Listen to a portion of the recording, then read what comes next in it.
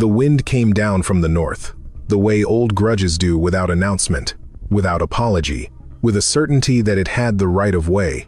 It carried a cold that was not merely temperature, but pressure, the kind that found the spaces between a person's clothing and made itself at home there. The mountain range had a particular talent for channeling this wind down through its corridors and gorges, and delivering it at road level like something that had been specifically assembled for the purpose of making the night worse. 8 vehicles moved through it in a single file on a logging road that had been built for timber trucks decades ago and had been repurposed by military necessity into a resupply route. The convoy crept. There was no other word for it. The ice on the road surface forced a pace that a careful pedestrian could have matched. And in fact, there was a pedestrian ahead of the convoy, a woman in white winter camouflage, moving 15 meters in front of the lead vehicle, her breath rising in small, irregular clouds that the wind immediately destroyed. Sergeant First Class Kara Merritt had been walking point for 3 hours. She was 31 years old and had been doing this work in various forms since she was 20, and the 3 hours had produced nothing she could name as a threat, only a growing accumulation of small wrongnesses that she had cataloged without yet interpreting. The birds were wrong. The wind patterns around the gorge entrance ahead were wrong. The quality of silence in the deepest section of timber behind her had been wrong in a way that she had noted and filed and was still reviewing. She was 15 meters from the bend in the road where the terrain compressed into the narrow passage the maps labeled Devil's Notch when she stopped. The wind gusted, rattled ice from the canopy above, died. In the pocket of silence that followed, one sound, the size of a match being struck, gone before the echo could form. Kara did not move.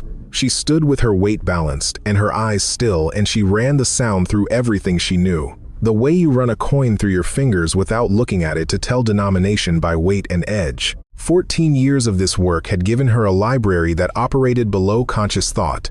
The library returned an answer before she'd finished asking the question. Safety disengagement.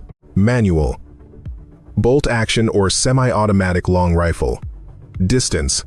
40 to 70 meters. Direction. East slope, above the road. She reached for her radio. The briefing had taken place at 1,700 hours in the operations tent of Forward Operating Base Coldwater, which sat at just over 7,000 feet above sea level in a mountain range that had been indifferent to human presence for several geological eras and gave no indication of adjusting this position. The FOB had been established 8 months prior and had the permanent temporary quality of installations that everyone expected to outlast, but no one admitted to building for the long term. Sandbags everywhere, plywood floors, generator hum as the ambient soundscape, the smell of diesel and cooking, and the particular mustiness of gear that had been soaked and dried and soaked again many times over. Captain Dale Whitmore ran the briefing with the efficient dryness of a man who understood that the most important thing about a briefing was not its elegance, but its accuracy. He was 41, a professional soldier in the fullest sense, meaning he had given over enough years of his life to the institution that the institution's rhythms had become his own, its priorities, his priorities, its language, the dominant language of his inner life. He did not deliver speeches before convoys. He delivered information. Alpha Supply launches at 1,900, he said, tapping the mapboard. 8 vehicles, 2 gun trucks, 6 cargo. Route is the Coldwater approach to the 7-7 logging road, through the notch, down the valley to Firebase Ridgeline. 4 hours in these conditions, possibly 5. Primary threat axis is the kilometer of approach timber before Devil's Notch. The road narrows there to single lane, cliff face east, drop off west. Vehicle spacing will be 30 meters minimum, no bunching. Any questions on movement? There were logistical questions, fuel load, medical stores, radio frequencies. The gun truck commanders asked about engagement rules in the timber.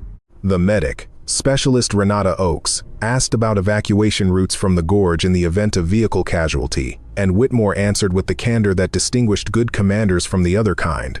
There aren't any good ones. The gorge is the gorge, which is why we don't get hit in the gorge. He looked at Kara when he said it, not with pressure, but with acknowledgement. She was the reason the convoy didn't get hit in the gorge, or was supposed to be. Merritt walks point, he said. Halt, overwatch from the east ridge once we reach the timber.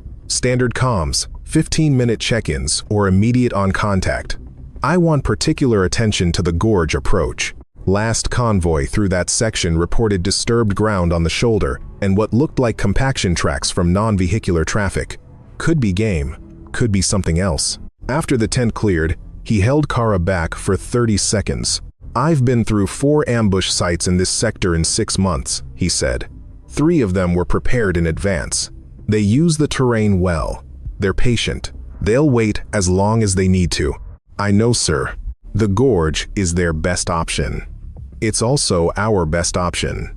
There's no detour that doesn't add 3 hours in this weather. Then we go through it carefully. He nodded. Yes, we do. She had spent the 2 hours after the briefing with the terrain imagery and the map, doing the work that most soldiers would have called preparation, and that she thought of simply as listening to the landscape, before she had to listen to it in person. Every terrain feature had a logic. The way water moved through it shaped the vegetation. The way the vegetation grew shaped the sightlines. The way the sightlines configured themselves shaped the options of anyone who wanted to control the ground. She read the gorge approach for those options and found, as she had expected, that they were limited to the east slope and the road surface itself. The west face dropped away too steeply for a fighting position.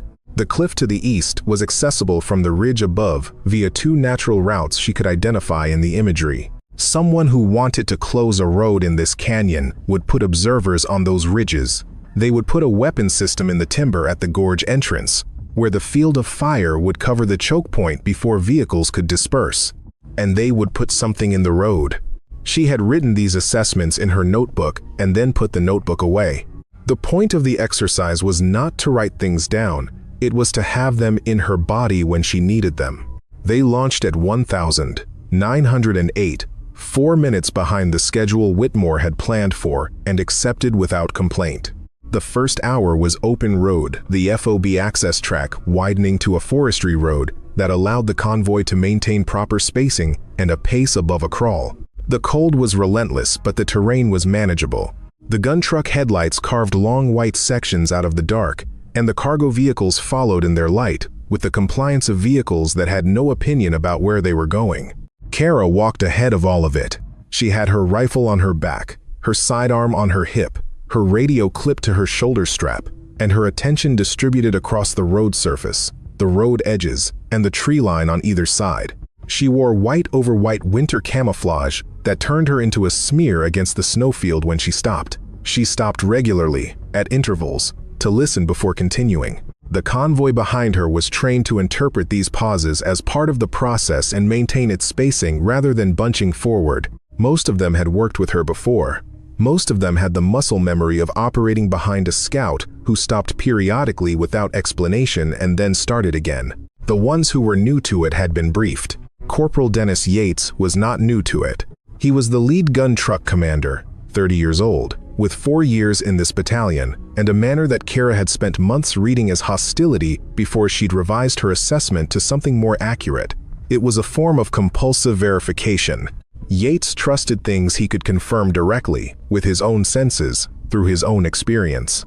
He found things he couldn't confirm directly to be inherently provisional, and he treated them as such. This was, in itself, a reasonable approach to operating in an environment where unreliable information got people killed.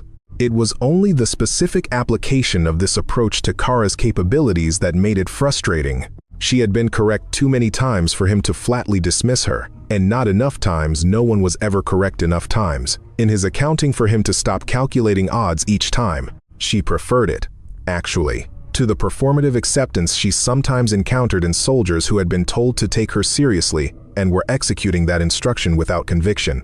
Yates was honest. She could work with honest. The timber closed in at the 2-hour mark. The road entered the old-growth section trunks 3 and 4 feet across, the canopy so dense overhead that the accumulated snow was filtered into patches rather than a continuous surface. The headlights couldn't penetrate more than 40 meters into the trees on either side. Beyond that was deep, dark, and the sound of wind in branches.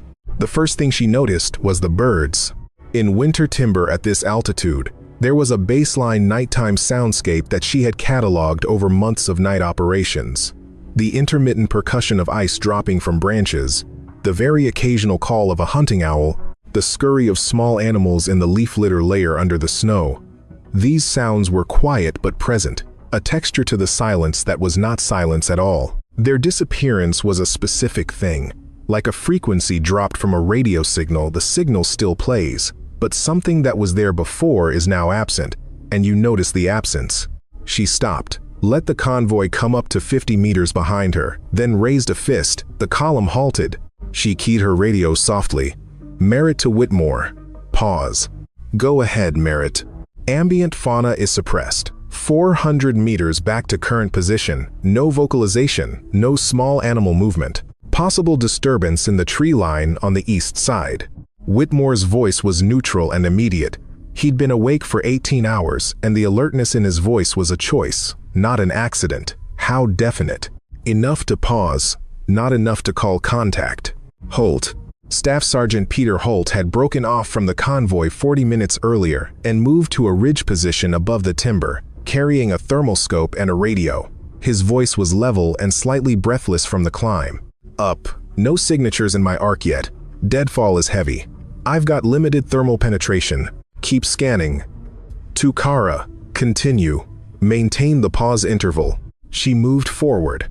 She had learned to read snow the way forensics technicians read surfaces, not looking for what was there, but for what the pattern of what was there implied.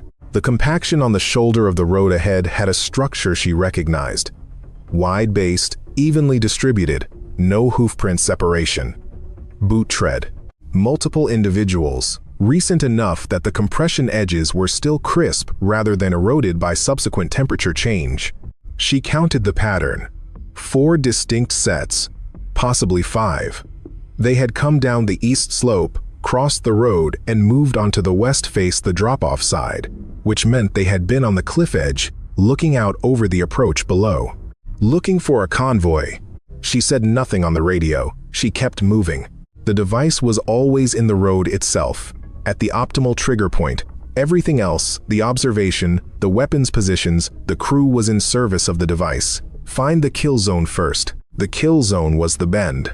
The gorge entrance had a presence that Kara had come to associate with specific terrain types, a narrowing that channeled the wind into something directional and rhythmic. The cliff face to the east, creating a reflected pressure that made the air feel dense. The drop to the west, creating an updraft at certain wind angles that counteracted the channeled flow. The result was a sequence of gusts and lulls that had a rough periodicity, like breathing. She had been in the approach to Devil's Notch for 4 minutes, moving carefully in the compressed space between the cliff and the drop. When she stopped at the outer edge of the bend, she stood still. The wind gusted a hard push from the northwest that drove snow off the cliff face in a thin curtain. She ducked slightly, reflexively, as ice crystals hit her goggles. The gust peaked, sustained for 3 seconds, began to subside, died. In the 1-second pocket of stillness before the next cycle began, she did not react with her body. Every instinct she had trained over 14 years was aimed at this specific discipline. The body does not react to new information. The body continues to appear to do what it was doing while the mind processes.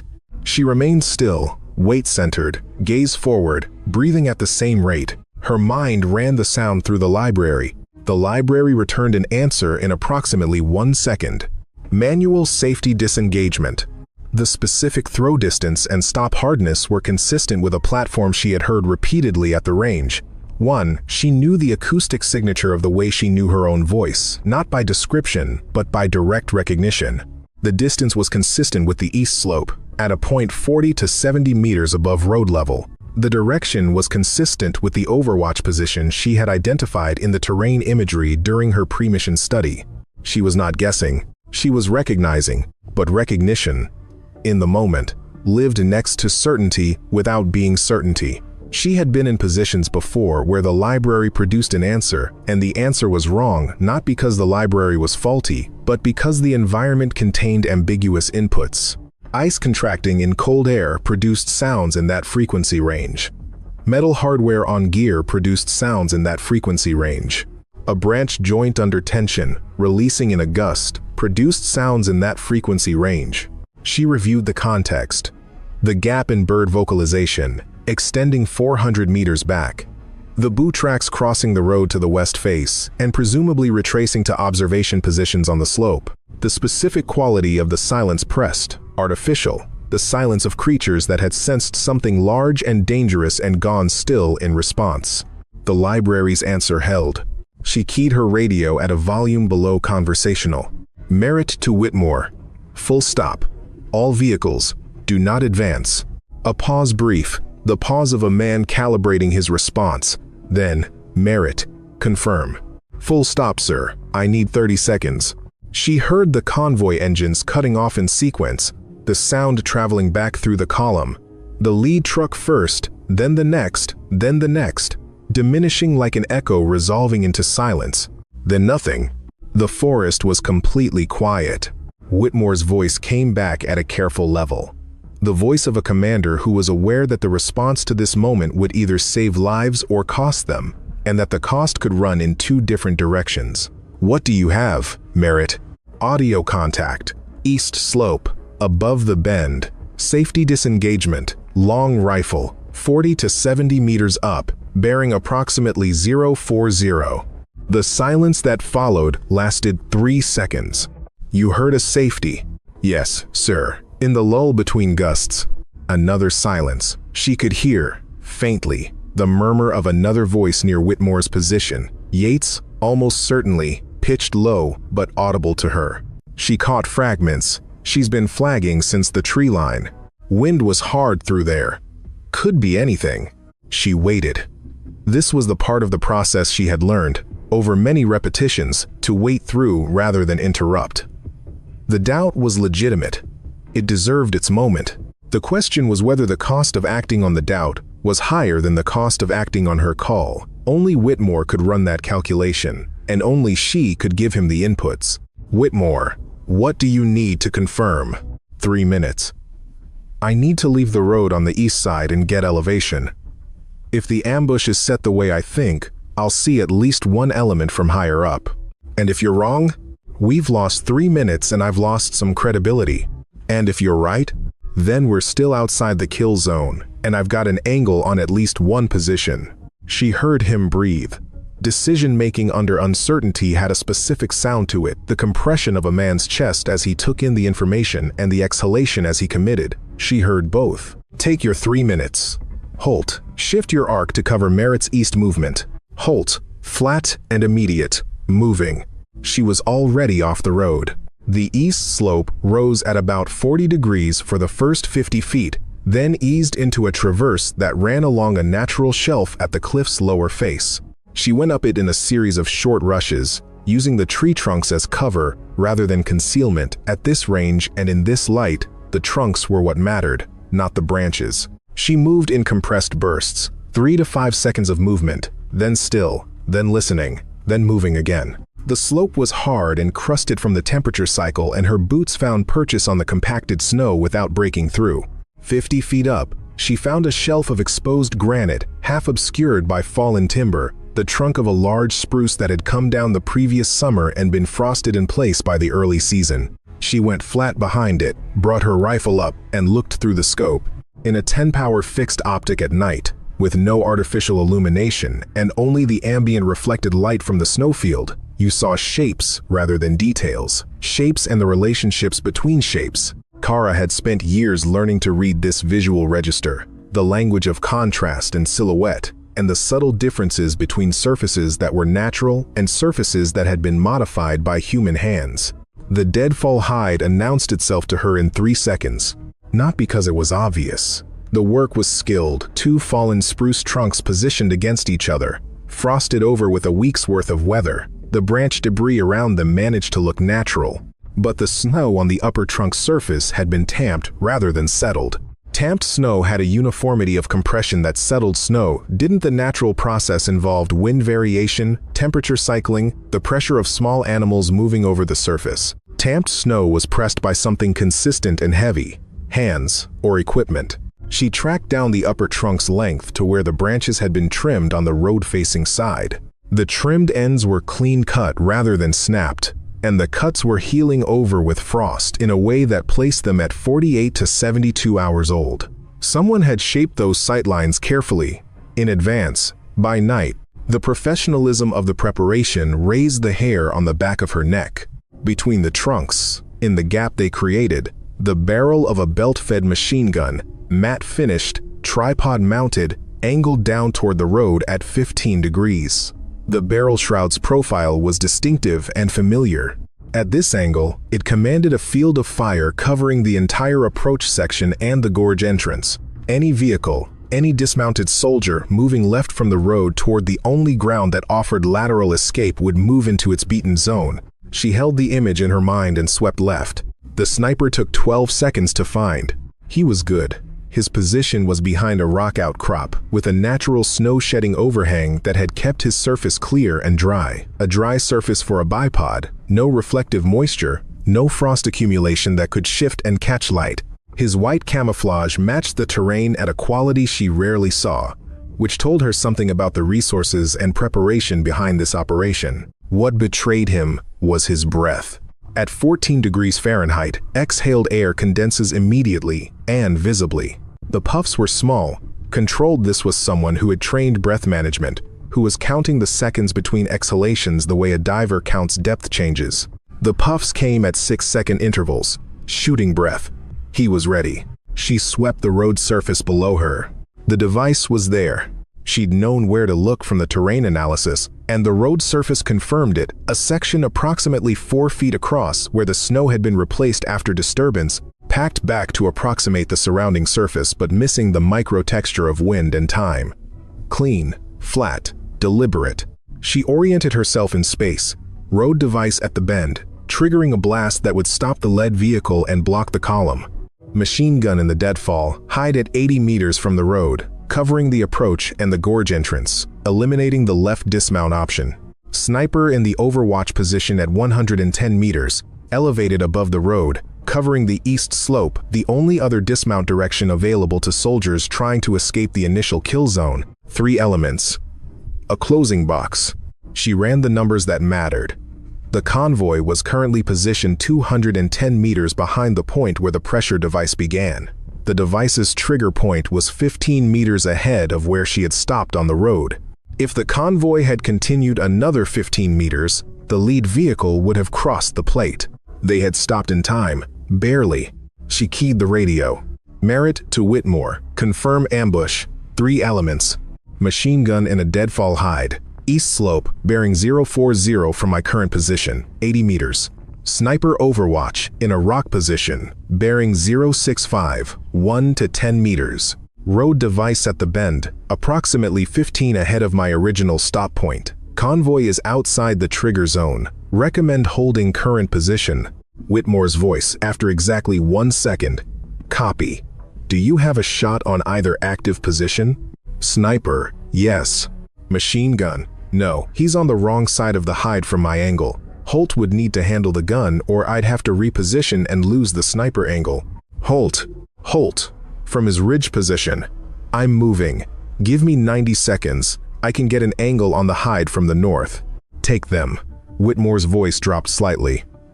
Machine gun goes first. If Holt fires first and the sniper goes to ground, we lose him into the slope. Copy that, sir. I'll wait for Holt's first shot.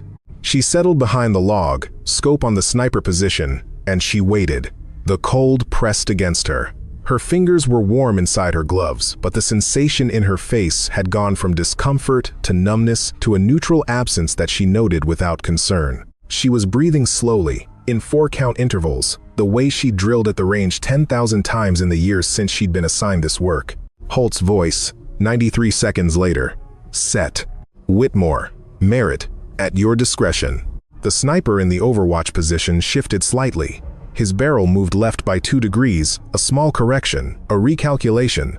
The convoy had gone quiet, in a way that didn't fit the normal sound of a column paused for road assessment. He was reading it.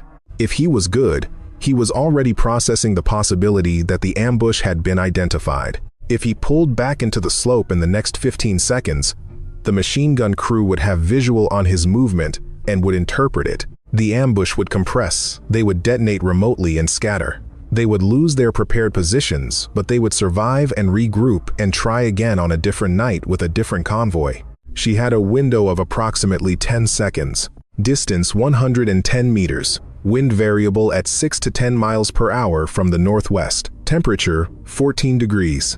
The cold affected bullet velocity fractionally at this range, a correction so small it was absorbed by the general adjustment she'd already built into her hold. She did not think about any of this. It had been processed before she was aware of processing it. She exhaled half a breath, held the remainder. In the pocket of stillness, she fired. The rifle's report was flat and hard in the cold air. 1 second later, Holt fired twice from his repositioned Overwatch 2 shots, clean and fast, into the deadfall hide at the range he'd crossed to reach his angle. From her position, she saw the hide erupt, one of the gun crew standing, stumbling, the machine gun dropping off its mount as the tripod shifted, the barrel swinging down and left. Return fire came from below, not from either prepared position, from a lower element she had registered in her assessment as the initiating crew, 4 to 5 rifles in a loose formation on the slope below the machine gun hide. The fire was immediate and disorganized, the rounds passing too far left, tracking the sound of Holt's shots rather than a located target. They were spraying. She was already displacing. "Contact," she said into the radio, moving north in short rushes along the slope. East slope, lower element, 4 to 5 rifles, bearing 080 from the road, 40 meters. "Holt, I'm moving north." "Holt, you're clear. I've got eyes on the lower element." Whitmore, gun trucks forward, suppression east slope, cargo vehicles reverse 50, medic with cargo, execute. The gun trucks moved with the precision of crews who had practiced this in daylight and in dark and had internalized the geometry of the positions they were taking. The lead truck came forward at a controlled speed and pivoted its nose toward the east slope. The gunner, Private First Class Thomas Beckwith, 19 years old, and in his 3rd month of operations, traversing the M240 to the slope and opening up with the controlled ferocity of someone who had been trained to understand that the gun was not an expression of anger, but an extension of geometry. The 240's burst caught the lower element's position at the base of the machine gun hide. 3 of the rifles went silent in the first 30 seconds. The remaining 1 or 2 continued at reduced volume and increasingly erratic direction, firing without observation, pinned. From her new position 20 meters north and 50 feet elevated, Kara had a clear angle down onto the surviving rifles in the lower element. She identified the position by muzzle flash brief, suppressed quality, behind a natural rock lip at the slope's base, and placed her reticle, waiting for the firing pause. When it came, she fired once. The muzzle flash did not recur. Holt's voice, "Lower element appears suppressed, 2 movers north, 250 meters, going upslope. I've got them." A pause. 2 shots, audible from his position even at distance. 1 down, 1 continuing north, beyond my angle. 1 evading. She noted it. The one who evaded was the one who would come back. The firing from the east slope stopped. The gun trucks continued suppression for another 12 seconds before Whitmore called ceasefire. The silence that followed was absolute in the way that only a silence after violence can be, not the absence of sound, but the presence of the absence, the contrast doing work that a baseline silence couldn't do. She lay in the snow behind a fallen trunk, her cheek against the rifle stock, and listened. Wind in the tree canopy, the gun truck engines idling down. Somewhere below her on the slope, something wounded was making a sound that she filed and set aside information. Not a call to action, not her sector. "Merit," Whitmore said. "Report. East slope appears clear of active threat," she said. "Recommend 5 minutes before EOD approaches the device." "Copy. All elements hold." She held. She watched the slope through her scope, scanning the tree line, the hide, the Overwatch rock. Nothing moved. The temperature continued its indifferent work, pressing everything down. Specialist Marcus Fielding moved up the road at the 5-minute mark with his kit bag and his headlamp, and the very specific quality of calm that defined explosive ordnance disposal technicians. Not the absence of awareness, the presence of acceptance. He had chosen this specialty with full knowledge of what it meant. The choice was behind him. What was in front of him was the work. He knelt at the disturbed section of road surface and produced a thin steel probe that he worked into the snow at a careful angle, feeling for resistance. He found it in 11 seconds. He placed fluorescent flags at the perimeter of the disturbed area and began clearing the overburden with a flat tool, brushing snow aside in controlled strokes. The pressure plate was in a shallow molded housing. Clean construction, professionally done. The command wire ran east along the road shoulder and into the tree line, the remote detonation option. Fielding cut the command wire first, following procedure, working the wire out of the snow compression with a steady hand. He found 2 primary charges under the pressure plate assembly. The third was set 12 feet further up the road, in a secondary position she hadn't seen from her angle. Fielding flagged it, returned to the first assembly, and began the disassembly sequence. Whitmore stood beside Kara while this happened. He had the look of a man who had been running the math in his head for the last 20 minutes and was still running it, the way you keep calculating a sum after you've reached an answer, just to verify that the answer is consistent with itself. He was quiet for a while. Then, walk me through it. She did. 3 elements. Their positions. The prepared nature of the terrain modification. The command wire routing. The estimated personnel count. She gave it to him clinically, in sequence, the way she'd been trained to give after-action reports. When she finished, he was quiet again for a moment. The timing, he said. They were positioned and ready. The Overwatch sniper was in shooting breath. Yes, sir. They were about to initiate. The pressure plate was the primary. But if the columns sat at the mouth of the gorge long enough for them to make a call, the remote option was available. I think the safety I heard was the sniper preparing to take a secondary shot, possibly at me, possibly at the lead vehicle occupants once the device went. So, they knew we'd stopped. He could hear the convoy engines. When they cut off, he adjusted. That's when I heard the safety. Fielding removed the first pressure plate and gave a thumbs up without looking back. He continued to the second. Whitmore looked up the slope, at the position she described, invisible now in the dark and the timber. He was doing the thing that thoughtful commanders did after a close call, not the self-congratulatory accounting of what went right, but the somber accounting of what a different outcome would have contained. If the column had reached the bend, he said, the lead vehicle triggers the first device. The blast stops the column and destroys the truck. The second device catches whatever vehicle moves up to assist. Everyone else is pinned in a single file between the cliff and the drop, with a machine gun covering the approach and a sniper above the only high ground. Nowhere to go. He said nothing. The people in those positions were professionals, she said. They had resources and preparation time and intelligence on the route. This wasn't improvised. No. Which means they'll have other contingencies, other routes mapped, other nights planned. Yes. He watched Fielding work. Which is a problem for tomorrow. Tonight. The problem is solved. After Fielding cleared the devices and the slope had been checked by a 2-man team who found and documented 3 enemy firing positions, 2 of them permanently occupied in the sense that the people in them were no longer a factor, the convoy reassembled and passed through the gorge. The passage was slow and careful and uneventful. Devil's Notch was, when empty of threat, simply what it appeared to be, a narrow section of mountain road between a cliff and a drop, unremarkable and cold.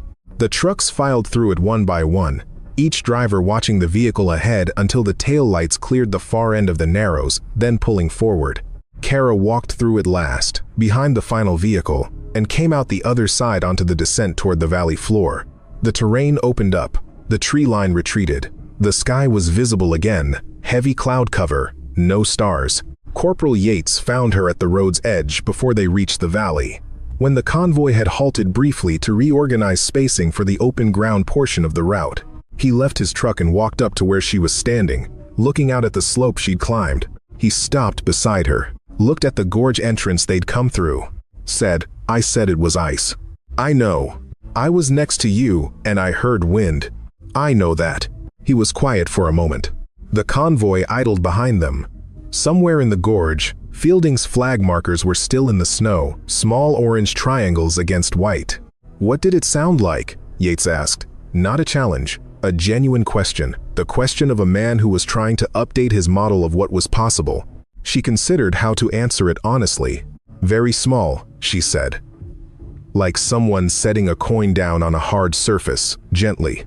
The deliberateness of it is what distinguishes it from accidental sound. Accidental sound is random. Controlled sound has a shape. He absorbed this. I couldn't do that, he said. Hear that? Not without training, and maybe not even with it. Some of it is anatomy. He nodded once. A slow movement. But you were sure. I was sure enough to stop, she said. Sure enough covers a lot of ground in this work. He looked at her for another moment, then looked away, back at the convoy. He had the expression of a man who had done an honest accounting and arrived at a balance that required him to revise something he'd been carrying for a while. All right, he said. He went back to his truck. Kara watched him go and turned back to the gorge entrance. The flags were barely visible at this distance in the dark, small punctuations in the landscape, marking the geometry of what could have been. The device clearance took 54 minutes. This was not unusual. Rushed EOD work had a way of producing outcomes that were permanent and unrecoverable, and Fielding had been trained to work at the pace the work demanded, rather than the pace the waiting made desirable. Kara spent most of those 54 minutes on the east slope above the road, watching the timber above the cleared positions and the ridgeline above that, covering the possibility that the evaded individual would attempt to regroup with assets on the high ground. Nothing came. The cold held everything in place. She came down to the road when Fielding's thumbs up indicated the third device was rendered safe. She walked the road surface to where he was working, moving carefully even though the ground was cleared. The habit of careful ground movement, not something you switched off because someone had checked. Fielding was packing his kit. He was the kind of technician who took longer to clean up than to work. Every tool returned to its specific position, every flag retrieved and folded, the work surface left as he had found it, minus the things that had been trying to kill people. He noticed her approach and nodded without stopping his packing. Third one was the most dangerous, he said. Not the biggest, but the placement. If you'd triggered the first two, the second vehicle would have come up and put its front axle right on top of it. Whoever said it knew vehicle recovery procedure, Kara said. Yes. They anticipated the response, not just the initial contact. He folded the last flag and closed his kit. That's a different level of planning. Most IED construction, I've seen plans for one event. This planned for a sequence. She looked at the section of road where the third device had been seated. The snow had been compressed and then scraped clear by Fielding's tools, and the surface below was bare, packed earth and ice, the geology of the road substrate exposed, like something that had been there all along beneath the surface of things. How long to set something like this? She asked. With this level of finish? 2 nights, minimum, probably more. The camouflage on the surface compaction was better than amateur work. He stood and shouldered his kit. Someone scouted the route, made the plan, came back to set it, came back again to verify positioning. This was multiple trips, which meant multiple windows during which someone had been on this road with hostile preparation ongoing, and the routine convoy schedule had given them the cover to do it. You could move on this road at night and attribute your presence to any number of things if you moved with confidence and appropriate timing. The mountains were full of people with legitimate purposes. The mountains were also large enough to obscure people with illegitimate ones. The S2 is going to want everything you have, she said. She always does, Fielding said, without edge. I'll write it up on the way. He looked at the slope above them, at the positions she'd neutralized, at the scale of what the tree line contained. For what it's worth, he said, I counted the stop point against the trigger zone this evening. You stopped with about 15 meters to spare. Maybe less. I know, she said. I'm just saying it's a small margin. They always are, she said. He considered this and nodded, and went back to the convoy.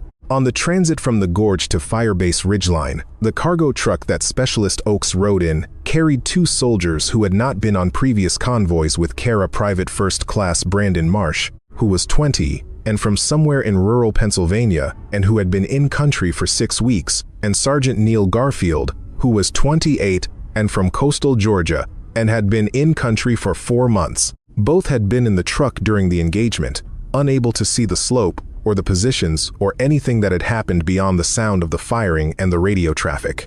Oaks listened to them process it on the transit, the way people processed sudden, violent events by narrating them, reassembling the pieces into a sequence they could hold. Marsh said, she heard a gun, From 100 meters, in the wind, she heard someone click their safety.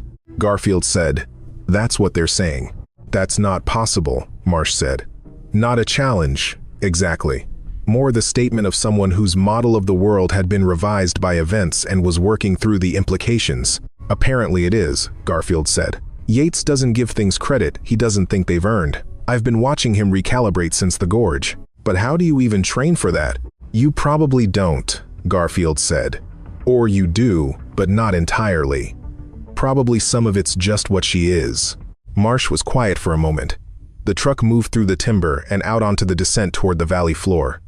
Then he said, "Is it weird that the person who keeps us alive is the person we give the hardest time?" Garfield looked at him. "Yes," he said. "It is weird. That's usually how it works, though." Oak said nothing. She stored the exchange with the professional attention she gave to things that would be relevant later, the way she stored information about injury patterns and environmental factors, and the ways stress manifested differently in different people. She was a medic. Her job was, in part, to understand the organism of the unit as well as the organisms in it. The unit was, she thought, currently in the process of updating. Slowly, painfully, the way organisms updated when they received new information that their existing structure hadn't prepared them for. The update was not complete. It might take another convoy. It might take another close call. It might take the slow accumulation of enough times that the call was right before the pattern became undeniable. Or it might not take any of that.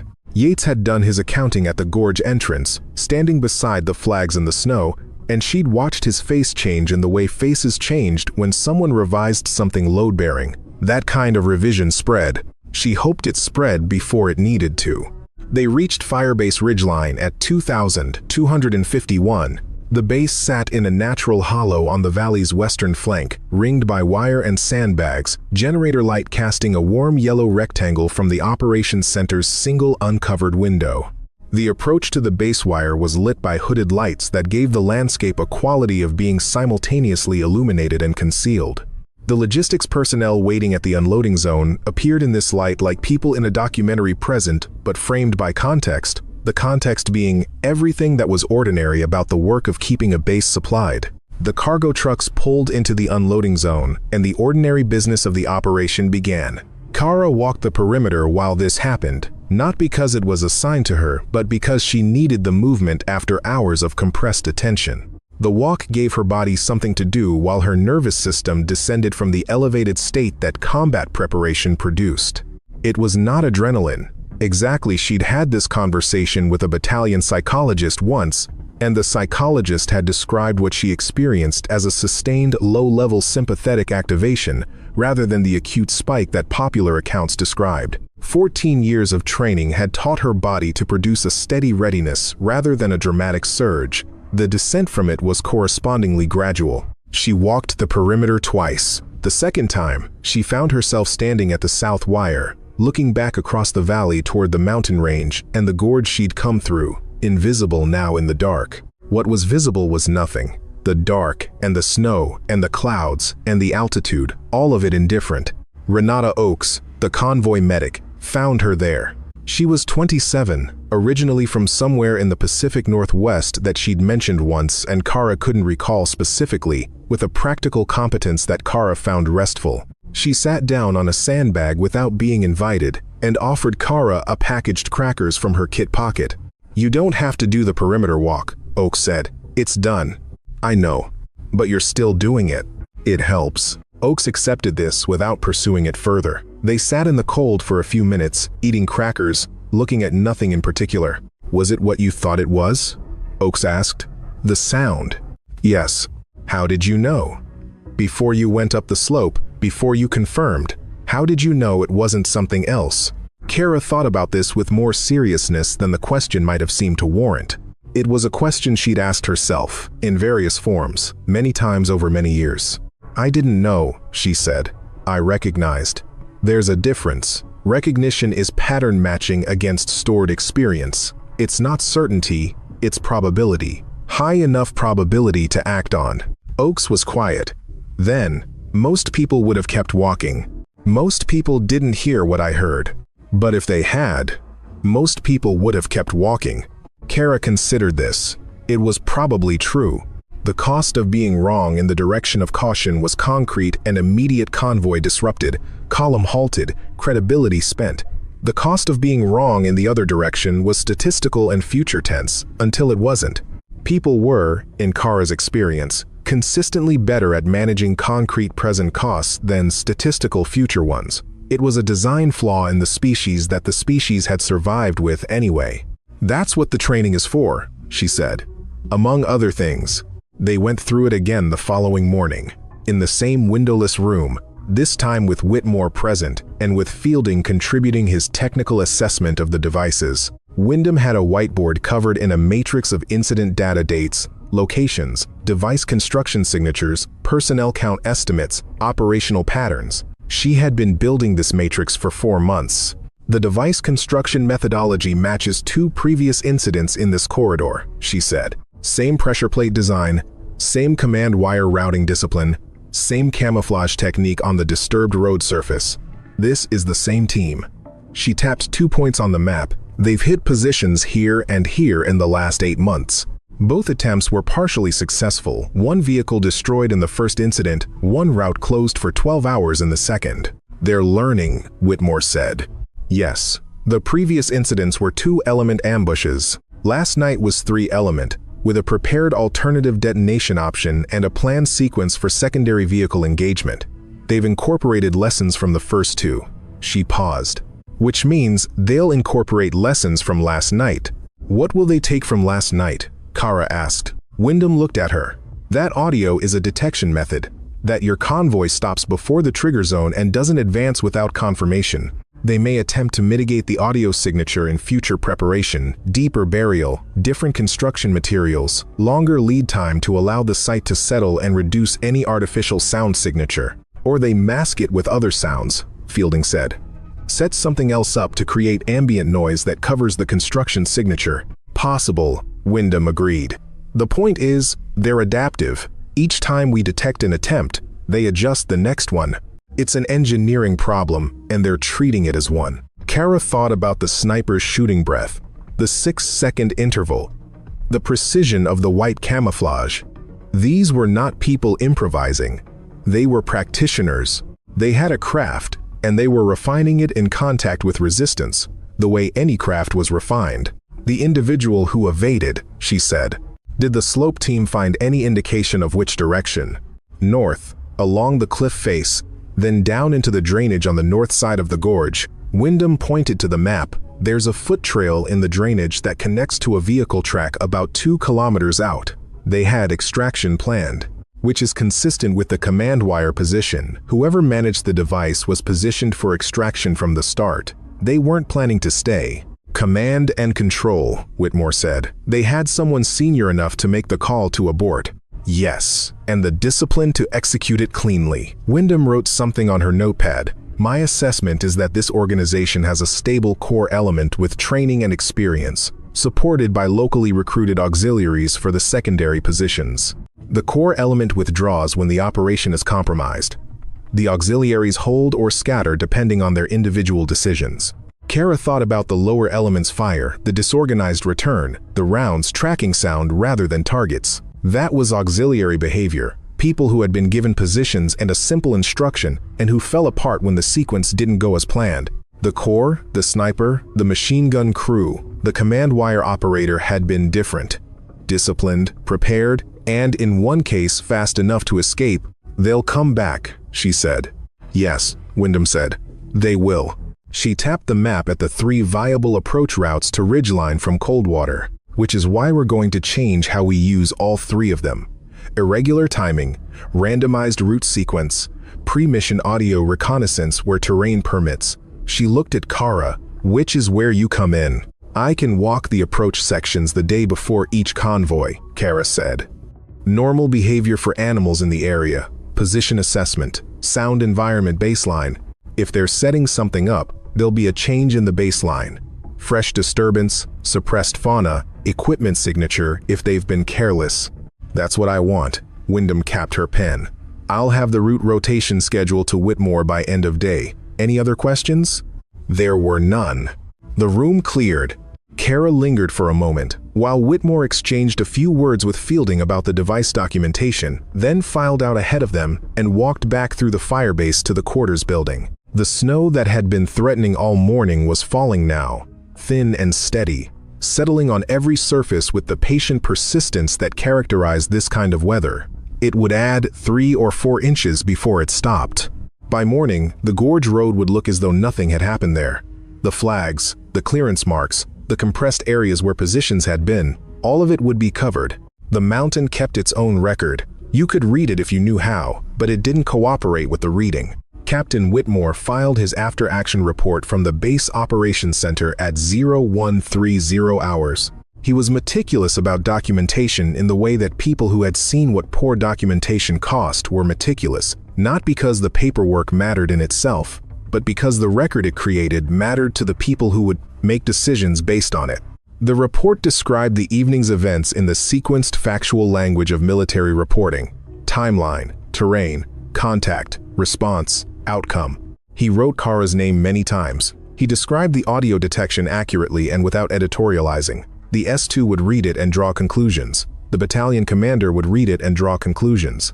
Those conclusions would affect future convoy planning, route analysis, the deployment of reconnaissance assets on subsequent operations.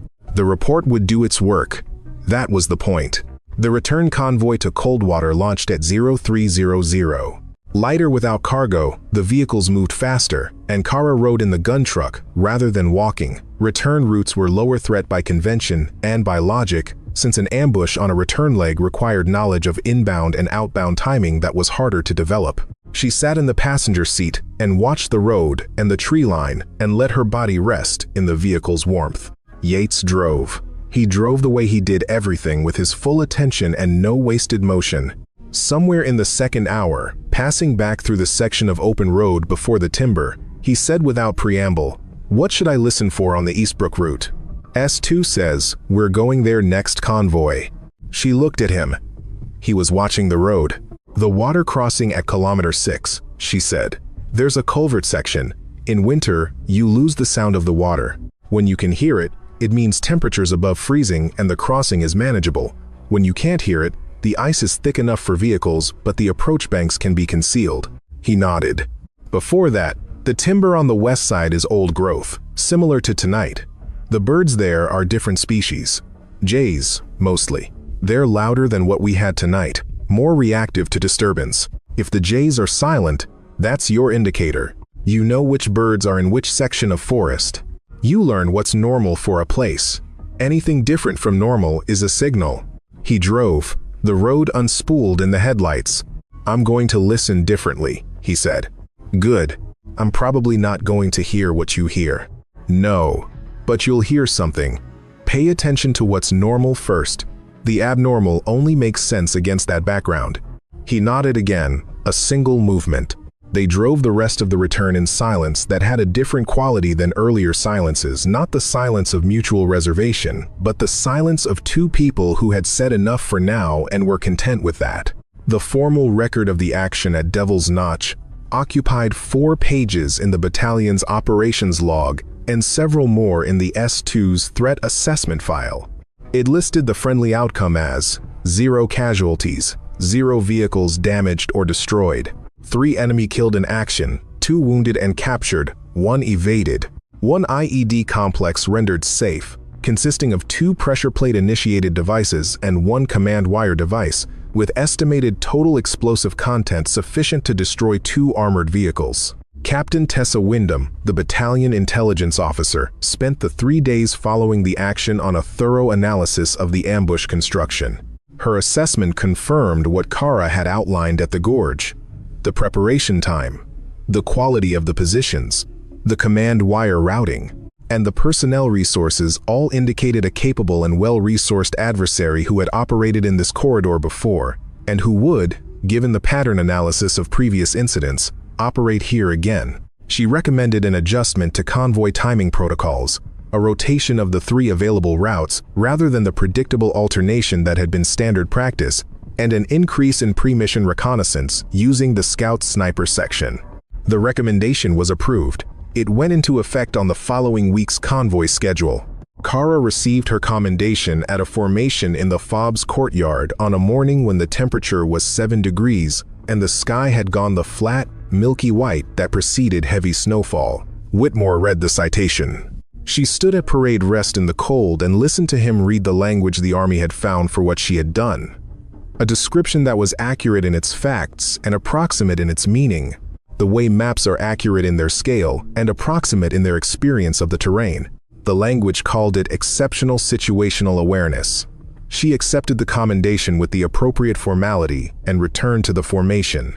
Afterward, Holt walked with her back to the operations building. Exceptional situational awareness, he said. It's what they have. It's a fair description. It describes the outcome. It doesn't describe what it actually is. He considered this. What would you call it? She thought about it for a moment. The snow was beginning small flakes, widely spaced, drifting rather than falling. Paying attention, she said, for long enough that the attention becomes automatic. You stop deciding to notice things and you just notice them. It's not a skill exactly. It's more like a habit you develop at a level below habits. Most people don't develop it. Most people don't have enough repetitions of the right kind. He nodded. They reached the operations building and he held the door. Next convoy is in 4 days, he said. Eastbrook route. I know. I'll have the ridge positions mapped by tomorrow. Good. I'll have the route walked in daylight before then. She went inside. The warmth was immediate and total, a contrast that her body registered without her having to direct it. The smell of coffee, of equipment, of the particular human warmth of a building that was doing its best against the cold. She sat at the table where they planned routes and opened the map. The Eastbrook Road was 14 kilometers, like the Gorge route. It had 3 sections that merited attention. The old-growth timber with the J's, the culvert crossing at kilometer 6, and a ridge traverse near the end, where the road ran along an exposed edge before descending to the valley. She had been over it twice in the fall, in daylight, and had filed it the way she filed everything, not as a map but as a sequence of sounds. A progression of what normal felt like and where normal could change. She would walk it again.